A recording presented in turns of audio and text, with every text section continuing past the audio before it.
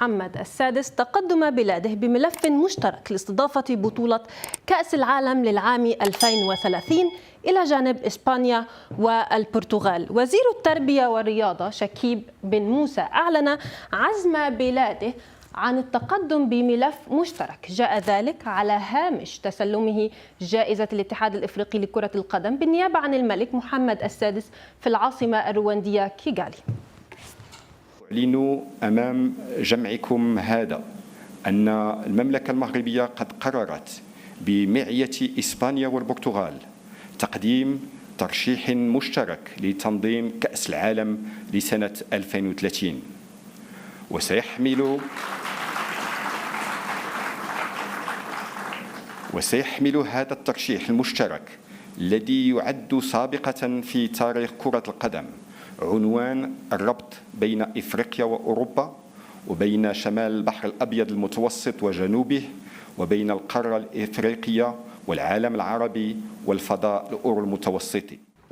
إذن ملف الترشح يضم 3 دول، وسيحمل هذا المقترح عنوان الربط بين إفريقيا وأوروبا ودول البحر المتوسط، حيث ستقام المباريات بين المغرب وإسبانيا والبرتغال، وبهذا سيكون توزيع المباريات 104 التي سيشارك بها 45 منتخبا بين الدول الثلاث، حيث هذا النظام الجديد سيطبق في بطولة كأس العالم 2026 والتي ستقام في أمريكا والمكسيك وكندا.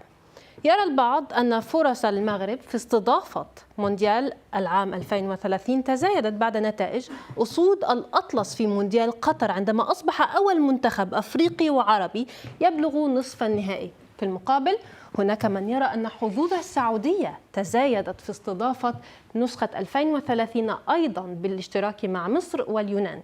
وزير الرياضة السعودي الأمير عبد العزيز بن تركي الفيصل نفى سابقا تقديم بلاده لملف الترشح، إلا أنه أكد في الوقت نفسه أن كل شيء ممكن. بهذا نكون رسميا أمام ملفين مرشحين لاستضافة كأس العالم 2030، أحدهما يضم الأرجنتين والأوروغواي وباراغواي وتشيلي، وتدعم البرازيل إعادة كأس العالم إلى القارة اللاتينية احتفالا بالذكرى المئوية، إذ جرت أول بطولة في عام 1930 في أوروغواي وحازت على اللقب حينها. بعد إعلان المغرب استضافة كأس العالم ضجت مواقع التواصل بالتعليقات.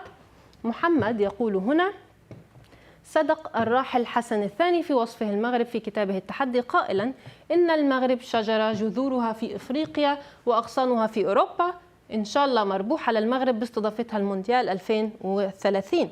أما حسام يقول هنا: المغرب وحدها تستضيف كأس العالم مستحيل، فخيارها الوحيد الاتحاد مع إسبانيا والبرتغال، لأن أوكرانيا غير ضامنة أو مضمونة لأن الحرب تحبس، أو مضمون أن الحرب تحبس فيها غدوة، ومصر والسعودية بيناتهم أزمة، ومصر مفلسة، واليونان كيفها. باعتقادي الأقرب للفوز هي جنوب أمريكا باستضافتها كأس 2030.